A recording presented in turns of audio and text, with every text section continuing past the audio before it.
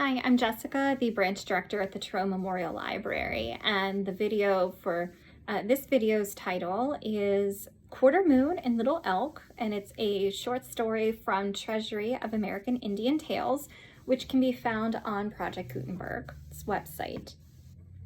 Quarter Moon, where are you, Quarter Moon? Little Elk was shouting for his friend as he trotted through the quiet Iroquois village. It was July, and many of the older braves had gone off to fish and hunt. There were few left in the village except the women, the old men, and the children. Little Elk was now 12, and he was feeling like a big warrior more and more each day. Finally, just as Little Elk was about to give up, he heard his friend answering him from behind his father's wigwam. "Why do you call so loudly, Little Elk?"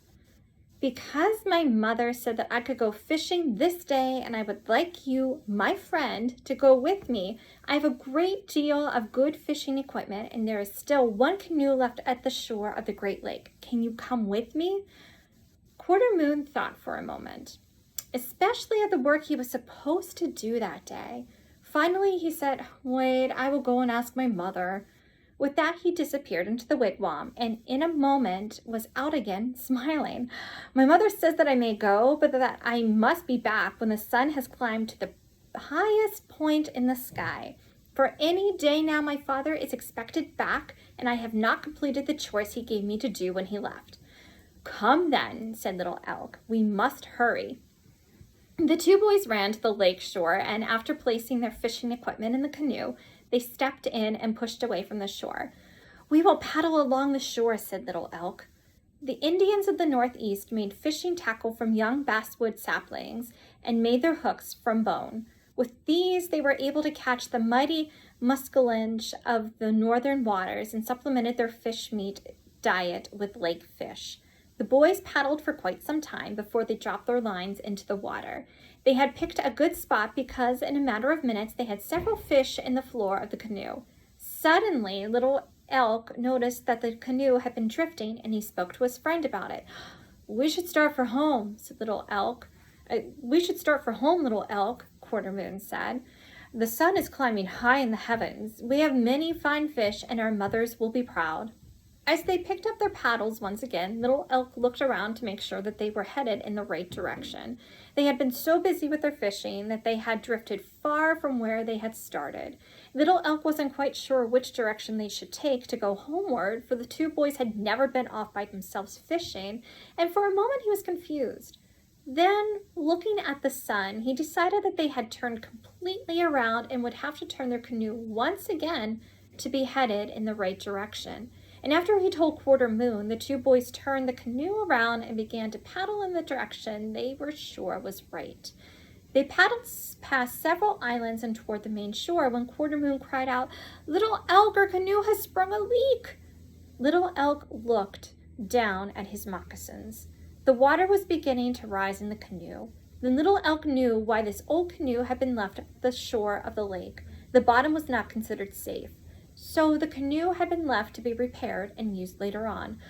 "Quarter Moon, we are too far from the shore. Paddle harder and we will be able to reach the shore before the canoe fills so full that we cannot move it."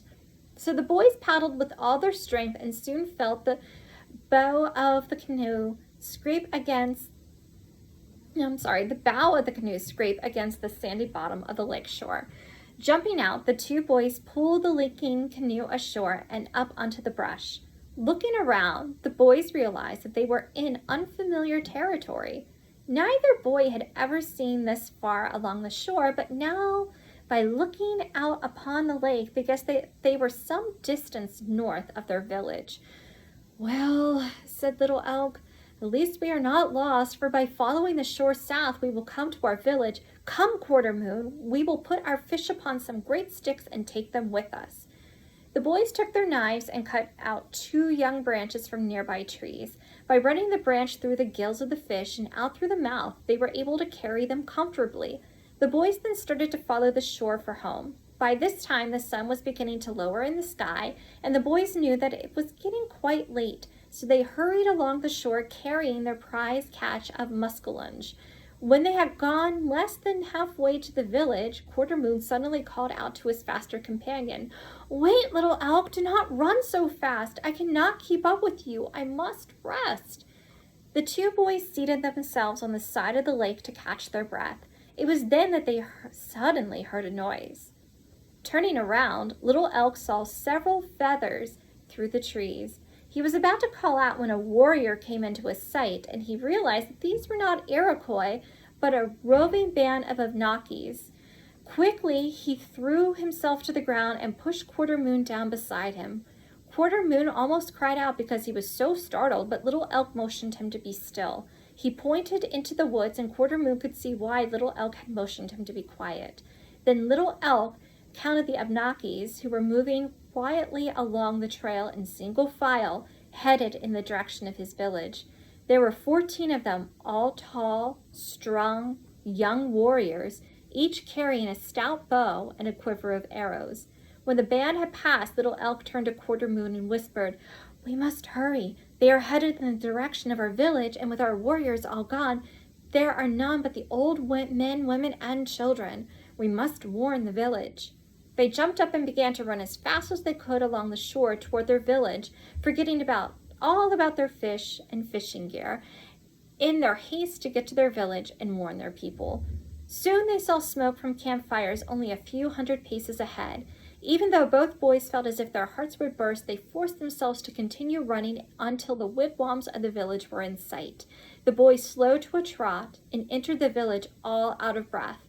They ran straight to the wigwam of Quarter Moon's uncle and tried, between gasps for breath, to tell him what they had seen.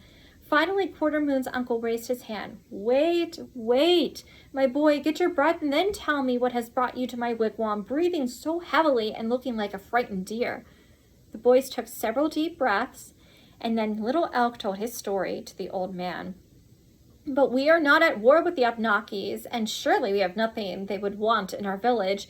But if this is an attack, we must warn the others. Go through the village and tell all the others to gather at the medicine lodge.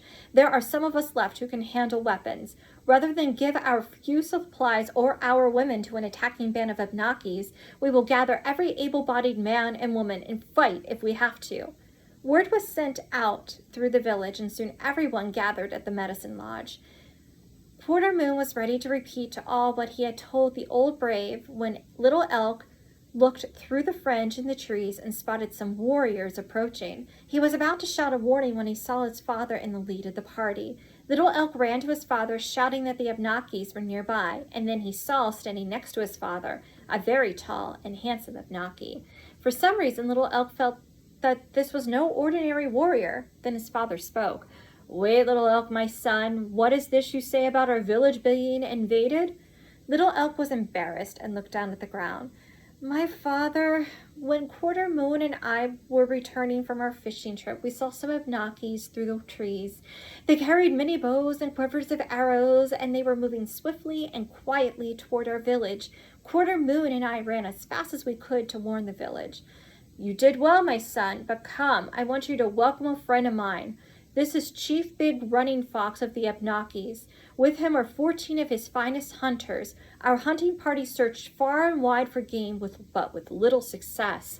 After many days of searching, we were ready to start for home, sad and empty-handed, when we were met by Chief Big Running Fox. After explaining to him our presence in Abnaki lands, we were invited to their village, where we received food and shelter for the night.